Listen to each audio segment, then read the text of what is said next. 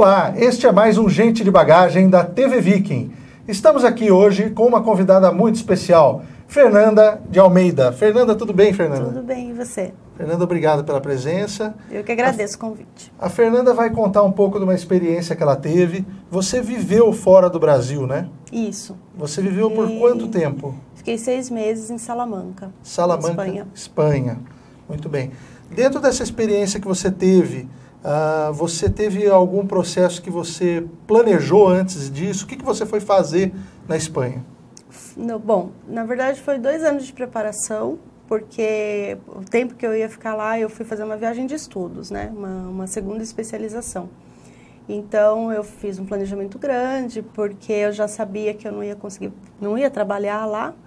Então, tinha que ter todo esse ajuste financeiro e com o trabalho daqui também, né? Eu já trabalhava com consultoria na época, então eu tive que me organizar em relação aos clientes, aos projetos que eu estava cuidando e tal. Então, deu aí alguma coisa entre 1 ano e meio, 2 anos de preparação para fazer tudo isso. Foi bem planejado, então. Teve que ser. E você foi fazer essa especialização em quê? Fiz na área de comunicação e planejamento. Em Salamanca? Em Salamanca, na Universidade Pontifícia de Salamanca. Legal. E como começou essa viagem? Você foi tudo fácil, tudo tranquilo, você pegou o avião, cheguei em Salamanca, ou não? Não, assim, mais ou menos tranquilo, assim. Tava tensa porque eu nunca tinha viajado para fora de São Paulo, né? E de repente eu ia morar fora do país 6 meses.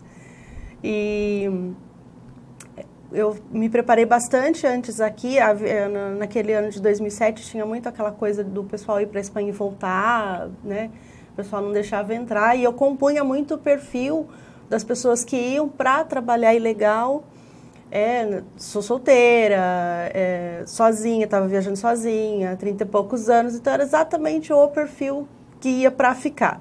E aí me preparei como? Eu já falava espanhol, eu achava que era uma coisa que eu tinha que cuidar para não ficar parecendo também que era uma coisa, né? Que eu resolvi viajar da noite para o dia. Tirei o visto de estudante no consulado daqui, para também não ter que fazer... Eu podia tirar o visto lá no aeroporto, mas eu achei melhor, como eu ia ficar mais de 3 meses, providenciar tudo aqui. Sair o visto aqui foi um negócio complexo, levou 4 meses para sair. Mas isso facilitou a hora que eu cheguei lá. Porque quando eu cheguei no aeroporto de Madrid, que a gente tem que passar pela imigração, minha entrevista foi assim, bastante minuciosa, a polícia me perguntou várias coisas, o que eu estava fazendo, por que eu fui, se eu tinha bolsa de estudo, qual era a ideia. E aí eu apresentava a documentação, apresentava a carta da universidade, e eu percebi que se eu realmente não tivesse me precavido, eu não tinha entrado.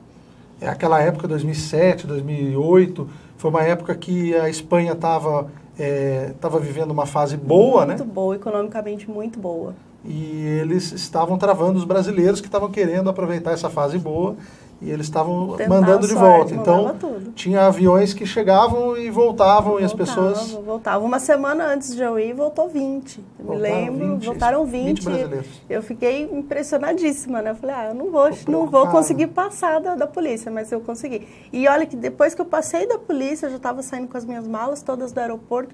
Na porta do aeroporto, um policial do aeroporto me parou. Te abordou? Me parou, perguntou onde você vai... Tudo de novo, tudo de novo. E eu já tinha passado pela imigração. É um processo complicado, mas com planejamento você acabou passando essa barreira. Sim. E aí você chegou e ficou em Salamanca, já foi para a universidade. Como foi? Você teve um tempo para estar se adaptando? Não, assim, eu cheguei 2 dias antes de começar o curso. Foi bem rápido. Eu só fiquei o primeiro dia em Madrid para poder me habituar ao negócio de horário, essa coisa toda, né? Mas no dia seguinte eu já embarquei para Salamanca. Você conhecia alguém na Espanha? Não conhecia ninguém. Foi sozinha, cara e coragem para fazer a especialização? Fui.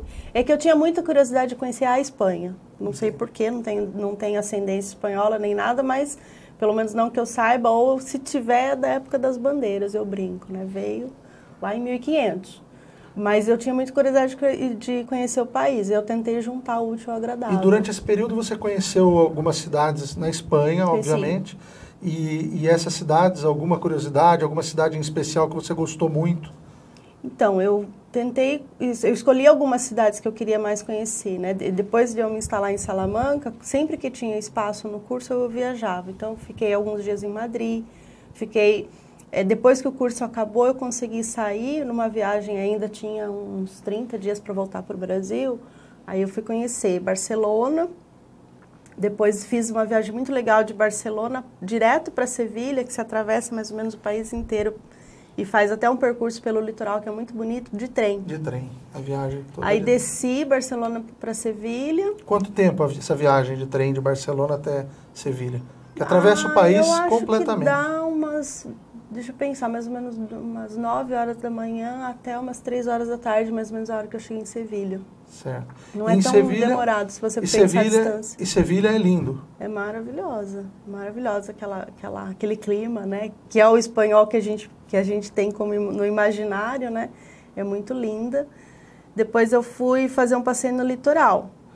E em Sevilha você conheceu alguma coisa típica da região da Espanha? Fui fazer o circuito do conhecer o baile flamenco. Fui num espetáculo bem turístico, mas muito bonito.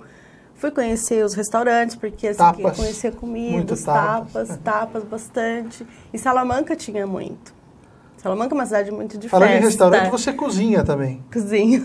Então, e o pessoal lá? Então, como a gente estava num ambiente, né, de estudante em Salamanca, a gente estava em pessoas de vários países. E a nossa turma tinha mais ou menos, nós éramos em 20 e poucos estudantes, metade eram espanhóis, a outra metade era latino-americano. Então, eu fiz amigos aqui na América do Sul de vários países. E eu tinha que cozinhar para eles, né? E eu tinha que fazer feijoada. Então, eu brinco que eu fiz uma feijoada ibérica, porque não é o mesmo ingrediente que a gente usa aqui. Mas consegui fazer algumas coisas para eles se divertirem. Minha caipirinha, eu brinco que ficou internacionalmente famosa.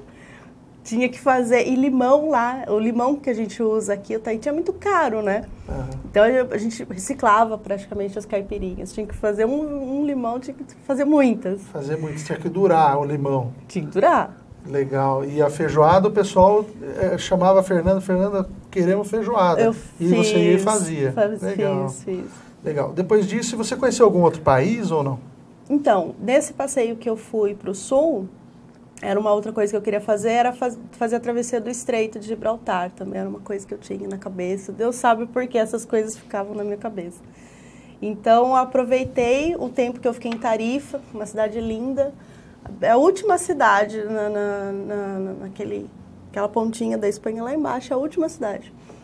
E dali saem uns barcos, né, que vão para Tanger, para a gente fazer o passeio da travessia. Então você vai. Tanger fica no Marrocos. Tanger no Marrocos. Então você vai, dá mais ou menos uma meia hora a travessia, passeia, passa o dia em Tanger e volta. E para atravessar é tranquilo? Você vai lá e o passaporte, nada, não pedem? Nada. Para ir, para comprar o passeio, você não tem que falar 2 palavras, só pagar. Aí passamos o dia em Tanger, comi as coisas lá também, interessante. Fica discutindo com o vendedor que quer te vender tudo, né? No Marrocos é muito engraçado. Já tem uma programação, o pessoal tenta te trocar por camelo de qualquer jeito, né? Tá tudo no pacote. Aí para voltar, a gente volta com a mesma companhia, mas você passa pela imigração de novo. Vai entrar na Espanha novamente. Você saiu do país e tem que voltar. E lá vai a Fernanda falar de novo com o policial.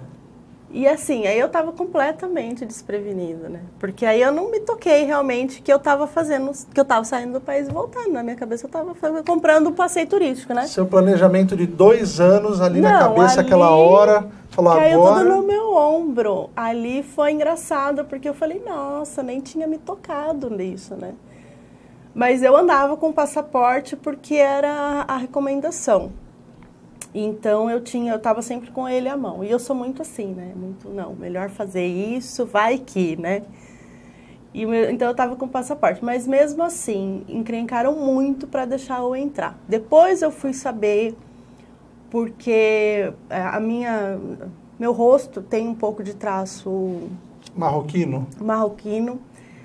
O passaporte brasileiro é muito roubado, justamente porque não tem um biotipo específico, né? Qualquer pessoa, praticamente no mundo, pode ser brasileiro.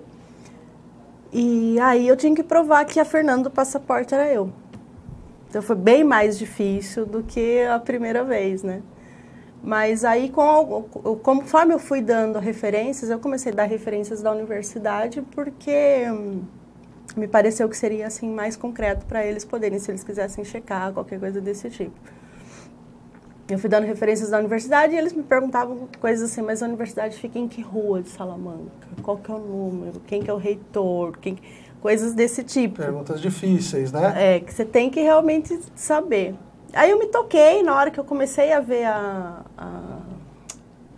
documentação que estava comigo ali, eu me toquei. Eu falei, nossa, é a mesma companhia que eu vim. É a empresa que fazia a travessia, é a mesma da empresa da companhia aérea, da Ibéria. Daí eu falei, eu tenho passagem para o Brasil marcada daqui 10 dias. Na mesma companhia. Checa. Eles conseguiriam confirmar isso. Checa. Se você não me deixar entrar, minha bagagem está toda no hotel tal, aqui em Tarifa. É só checar. Daí eles checaram, não, tudo bem. Acho que foi mais eu cansei eles de que eu tinha todas as respostas do que qualquer outra coisa. Senão você ia viver em Marrocos. Daí eu não ia viver em lugar nenhum. Você estava ali no meio do nada. Eu ia ficar no limbo. Perfeito. Depois disso, você entrou novamente na Espanha. Deu tudo certo. E você também, a hora que você teve um tempo para conhecer outros lugares, qual foi o lugar assim que te encantou mais, que você pôde estar viajando fora dali? Bom, aí uma surpresa boa do meu orçamento, né, é que eu descobri que viajar ali dentro da Comunidade Europeia não era caro. E aí deu um espacinho e eu consegui fazer uma viagem para Paris. Não estava na minha programação, de fato, mas deu para fazer, porque eu fiz um orçamento de alimentação que ficou supramencionado. Entendi. Sobrou muita grana nesse sentido, porque comprar comida, comer em restaurante é muito caro, não dá para você comer todo dia. Mas fazer compra em supermercado é muito barato, em proporção à nossa realidade. Nossa realidade está boa, né, agora? Não. Em termos de supermercado, comparando com o que você fazia, você não tem saudade de entrar num supermercado espanhol hoje? Com certeza, com certeza. Comprava muita coisa muito boa, muito barato. Então, eu comecei a ver, nossa, mas eu não estou gastando, assim, não dava 30% do que eu tinha orçado. Aí fui para Paris, com o que sobrou. Tá sobrando mesmo, vou ali, né? Vou ali em Paris. Não, era muito tranquilo, passagem aérea de Madrid para Paris, hotel, foi muito tranquilo. Eu consegui ficar, lógico que eu estava, né? Eu virei estudante de novo, a época que eu fiquei lá, né? Então eu contava os centes de euros, assim, com muito amor. Em Paris você não teve problema, você desembarcou em Paris como turista, normal. Tranquilo, porque daí você está dentro da Comunidade Europeia, é praticamente voo doméstico, você nem passa pela polícia. Certo. Só teve que enrolar um pouco, porque na época eu não falava inglês, eu só falava o espanhol. E aí eu tive que me enrolar um pouco, tentar me comunicar um pouco em inglês, apesar que eles não gostam muito. Mas aí eu fiz o passeio turístico básico lá de Paris, conheci. Algumas fotos de Paris nós estamos mostrando agora. A Fernanda em Paris, na Torre. Na Torre. E você fez os passeios principais, foi no Louvre, foi para a Torre. E qual a experiência que você trouxe? Porque você voltou para Salamanca ou você foi para o Brasil depois do Paris? Não, eu voltei para Salamanca. Então... Porque o passeio de Paris foi bem no meio da viagem. Então foi bem legal, assim. Era começo de primavera, então estava tudo muito bonito mesmo, assim. Certo, já estava com uma bagagem boa, porque você estava há 3 meses na Espanha praticamente. E aí na hora de voltar, Fernanda, como foi? Triste? Foi triste, mas assim, eu já estava um pouco com muita saudade da minha família, na verdade, né? Eu fazia 6 meses que eu estava lá e no fim da viagem eu já estava assim, realmente acho que eu quero muito voltar. Eu tive algumas decepções, mas assim, com relação às questões sociais na Espanha. Não ao país, à cultura, que eu realmente gosto, admiro muito, me identifico muito. Mas algumas questões sociais, a Espanha está bem atrasada em relação ao Brasil. Então, por exemplo, é muito mais difícil uma mulher se colocar no mercado de trabalho lá ainda do que aqui. Ainda Entendi. Tem muito mais, é uma sociedade ainda muito patriarcal. É um machismo, é muito mais exacerbado do que aqui. Então, eu já percebi que eu tive alguns choques nesse sentido, no relacionamento com amigas que eu fiz lá. Né? Eu falei, nossa, acho que eu não dava conta mais de lidar com isso. E o que você trouxe de bom na bagagem? Ai, muita coisa, muita coisa. Primeiro que, assim, o curso em si que eu fui fazer, ele me mostrou uma outra forma de entender comunicação e marketing que é diferente da escola que a gente aprende no Brasil. Eles têm uma visão um pouco muito mais pragmática das coisas do que a gente. Eu acho que a gente romantiza muito algumas coisas, né? No sentido, é tudo muito idealizado em termos de marketing, de comunicação. E a visão lá é um pouco mais pragmática, um pouco mais de, tá, mas qual é o resultado efetivo disso? Então, eu achei que isso me deu a oportunidade de compor essas duas visões para eu poder trabalhar, então isso para mim foi muito legal. E as amizades que eu fiz, como eu te falei, eu tenho contato ainda com as pessoas com quem eu estudei, então Chile, Argentina, Porto Rico, Venezuela, Colômbia, todos esses países eu ainda tenho uma referência, não perdi o contato com essas pessoas, isso é riquíssimo, né? Fez amizades, trouxe praticamente uma cultura nova para a sua vida. Muitas. E agregou muito no seu trabalho hoje, o que você vive. Muita coisa. E eu posso considerar que Fernanda é gente de bagagem. Obrigado e até o próximo programa. Obrigado, Fernanda. Obrigada eu, Marco.